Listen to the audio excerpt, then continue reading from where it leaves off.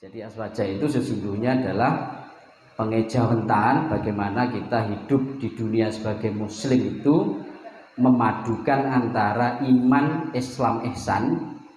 Satu sisi juga kita memadukan antara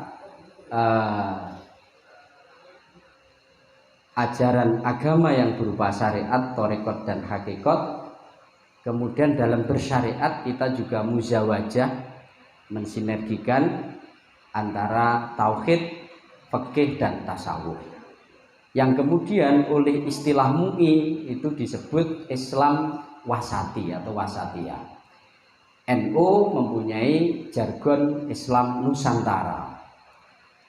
Ini secara substansi adalah sama. Dan hari ini juga kita munculkan kembali istilah yang substansinya sama, tapi agar bisa lebih menarik kita melonsing istilah fikih kebangsaan. Ini adalah upaya-upaya kita dari pondok pesantren untuk membantu bagaimana Nahdlatul Ulama tetap jaya, NKRI tetap jaya. Ini harapan kita dari pondok pesantren. Saya dengan Pak Azizi sama, saya tidak punya pendidikan formal, jadi saya hanya sampai SMP, selebihnya saya tidak punya ijazah formal.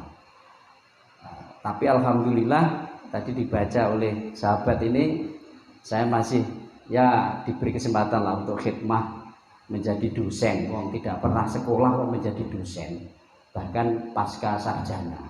Ini satu anugerah dan sekali lagi menunjukkan bagaimana pondok pesantren ini mampu mencetak, menelurkan bakat-bakat yang luar biasa, termasuk saat ini Ketua Umum PBNU itu juga dari pondok pesantren Lirboyo, Pak Said Akil Siraj, Mbah Mus Tofa itu juga Lirboyo, dan masih banyak lagi yang lain.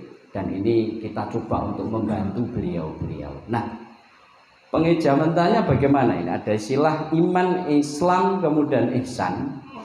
Jadi orang hidup itu tidak cukup iman. Jadi tiga ini tidak boleh kalau ingin selamat dunia akhiratnya. Kemudian oleh Rasulullah disebut sebagai firqah an-najiyah, ahli sunnah wal jamaah.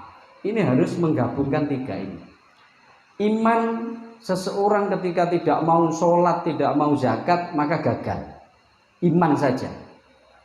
Orang mau sholat, mau puasa, mau zakat, tapi dia tidak iman, ini juga gagal. Seseorang yang imannya kuat, Islamnya kuat, tapi nyun sewu, ihsannya tidak baik, juga gagal. Ihsan itu berkaitan dengan bagaimana di dalam kita bermasyarakat itu mempunyai akhlakul karimah, peduli terhadap bangsa, peduli terhadap lingkungan, baik terhadap sesama. Itu ihsan. Nah, di dalam hadis Jibril, ihsan itu disebutkan antak budallah ka'annaka taroh fa illam taroh fa innahu yarah. Itu artinya kita merasa diawasi, jangan sampai iman kita tebal, Islam kita tebal, jiwa kita koruptor ya, koruptif. Ini jangan sampai iman kita tebal, sholatnya bagus, zakatnya luar biasa, tapi kita dengan tetangga kita tidak baik, dengan sesama manusia tidak baik, dengan sesama non muslim yang harusnya kita hormati kita tidak baik. Disinilah kegagalannya ketika orang itu hanya berpegangan kepada iman, Islam tapi tidak ihsan. Ini penting kita sampaikan. Yang kedua, menggabungkan juga antara thariqah, syariat dan hakikat. Seseorang muslim tidak cukup hanya memegang hakikat, dan ini batal. Jadi di sini disebutkan kullu syariatin bila hakikatin atilah. Jadi syariat itu kalau tanpa disertai hakikat maka kosong. Jadi seperti kita mengamalkan syariat, ya salat, ya puasa, ya haji gitu. Tapi pikiran kita ini tidak ada keyakinan hakikat sama sekali. Dia merasa hebat ini karena dia. Tidak ada campur tangan Allah. Tidak ada campur tangan barokah. Tidak ada keyakinan terhadap kualat dan lain sebagainya. Maka orang ini gagal. Begitu pula syariat tidak ada hakikat juga gagal. Jadi hakikat tidak ada syariat ini juga batal. Contohnya seperti apa? Banyak. Jadi orang hidup itu kalau kita tadi diajari oleh Ya Azizi itu kan semuanya milik Allah. Semua tindakan kita itu kan Allah. Karena la haula wala quwata illa billahil aliyil azim. Kemudian kita enak saja karena ini semuanya milik Allah. Miliknya teman diambil. Alasannya apa? Lah ini kan milik Allah. Bukan milik kamu, ini milik Allah. Jadi dia hanya mengambil hakikat. Jadi istrimu ya istriku, hartamu hartaku, karena semuanya milik Allah. Orang mencuri, wah ini kan ya kehendak Allah ini. Maka gagal. Ketika orang berhakikat tapi tidak disertai dengan syariat, maka batal. Di dalam bersyariat kita juga harus muzawajah, menggabungkan antara fikih dan tasawuf. Kalau tidak ini juga gagal.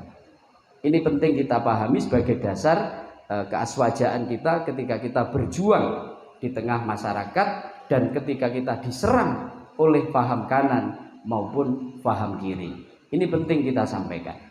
Jadi Nahdlatul Ulama Ahli Sunnah wal Jamaah ada di tengah-tengah di antara paham kiri yakni liberalisme, paham komunisme, dan juga menjadi lawan kita saat ini yang paling gencar menyerang kita adalah paham kanan, yakni paham fundamentalis atau radikalis. Nahdlatul Ulama dengan visi misi untuk mempertahankan paham ahli sunnah wal jamaah ada di tengah-tengah, makanya disebut sebagai Islam wasati. Di dalam berfikih harus menggabungkan tasawuf. Ini pengejawantannya seperti apa? Ya kita contohkan saja orang berfikih yang tidak bertasawuf itu. Mungkin kita pernah ngaji, orang sholat itu kalau laki-laki batasan aurat itu baina surrah wa rubbah. Itu fikihnya. Sehingga apabila ada orang sholat laki-laki hanya pakai sarung, yang atas sampai pusar, yang bawah sampai lutut, dia beralasan bahwa ini menurut fikih hanya sah-sah saja ini. Ini namanya orang berfikih tapi tidak digabung dengan tasawuf. Jadi analoginya kita sholat itu sowan kepada Allah, kepada maharaja. Lah kita ke komandan kita aja, kepada lurah saja macaknya luar biasa melipisnya. Lu kita kepada Allah ini loh, kok cuma baina surah wa rubbah, ini berikan gagal. Itu namanya berfikih tapi tidak bertasawuf. Di antaranya pengejawatan seperti itu. Mudah-mudahan ini sebagai penegasan dari apa yang disampaikan oleh beliau Bapak Azizi. Syariat itu meliputi 3 seperti yang diajarkan di semua pondok pesantren. Ilmu mayasihhu bil iman yang disebut dengan ilmu tauhid. Yang kedua ilmu matasihul bil ibadat wal muamalat disebut ilmu fiqh.